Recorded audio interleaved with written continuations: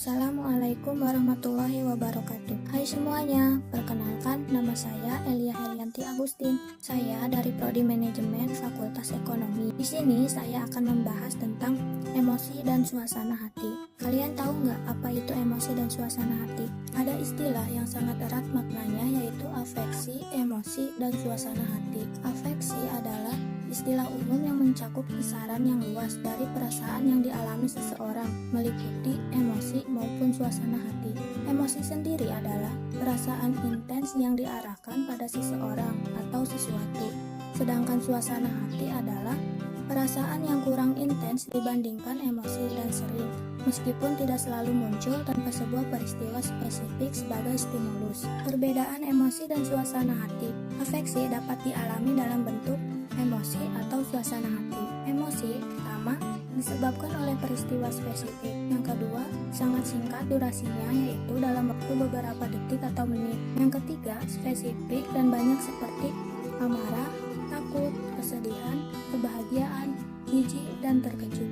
Yang keempat, biasanya diikuti dengan ekspresi wajah yang jelas. Yang kelima, berorientasi pada tindakan. Suasana hati yaitu pertama, penyebabnya seringkali umum dan tidak jelas. Yang kedua, bertahan lebih lama dari emosi yaitu dalam waktu beberapa jam hingga beberapa hari. Yang ketiga, lebih umum dan emosi spesifik beragam. Yang keempat, umumnya tidak diindikasikan oleh ekspresi yang jelas. Yang kelima, kognitif. Apa saja dasar emosi? Terdapat 6 emosi pada universal yaitu amarah, ketakutan, kesedihan, kebahagiaan, rasa jijik, dan kejutan atau terkejut. Apa saja suasana hati dasar? Bersemangat, gembira, bahagia, puas, damai, rileks, tenang, lesu, bosan, depresi, sedih, kecewa, stres, gugup, tegang, dan waspada. Jadi, kita dapat menganggap bahwa suasana hati positif pada ujung paling tinggi yaitu bersemangat, kewaspadaan, dan sangat gembira. Sedangkan pada ujung paling rendah yaitu puasan, ketenangan, dan kedamaian. Jika suasana hati negatif pada ujung paling tinggi yaitu kegugupan, stres,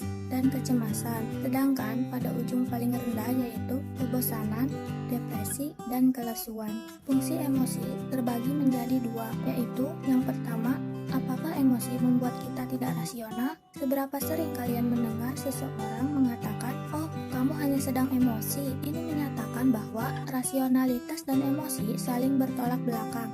Dan jika kalian menampilkan emosi, kalian mungkin bertindak tidak rasional. Yang kedua, apakah emosi menyebabkan kita bersikap etis? Emosi moral termasuk simpati pada penderitaan orang lain, rasa bersalah mengenai perilaku tidak bermoral diri sendiri, kemarahan mengenai ketidakadilan yang dialami orang lain, pengertian pada orang lain yang berperilaku tidak etis, dan rasa terhina pada pelanggaran norma-norma moral.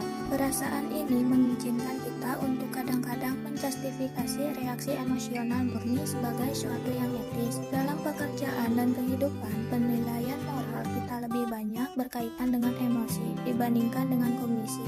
Tetapi kita cenderung berpikir sebaliknya, khususnya saat penilaian-penilaian itu dibandingkan.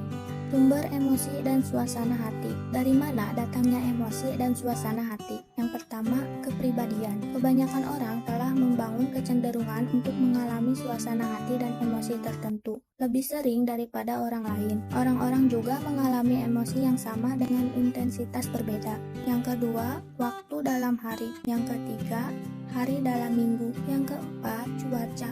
Banyak orang percaya bahwa suasana hati dipengaruhi oleh cuaca seperti cerah, panas, mendung, dingin, dan hujan. Yang kelima, stres.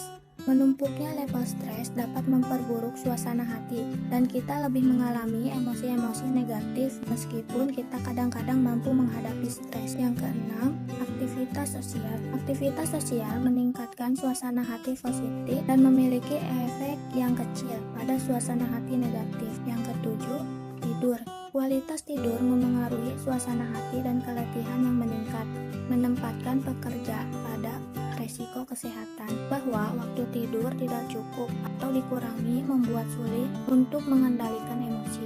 Yang kedelapan adalah olahraga. Olahraga meningkatkan suasana hati positif, efeknya paling besar dirasakan oleh mereka yang depresi. Yang kesembilan, dari umur. Suasana hati positif yang tinggi bertahan lebih lama bagi individu berumur, dan suasana hati buruk menghilang lebih cepat. Yang ke-10, jenis kelamin. Banyak meyakini bahwa wanita lebih emosional daripada pria. Jadi, itulah pembahasan yang telah saya sampaikan mengenai emosi dan suasana hati. Sekian dari saya. Wassalamualaikum warahmatullahi wabarakatuh.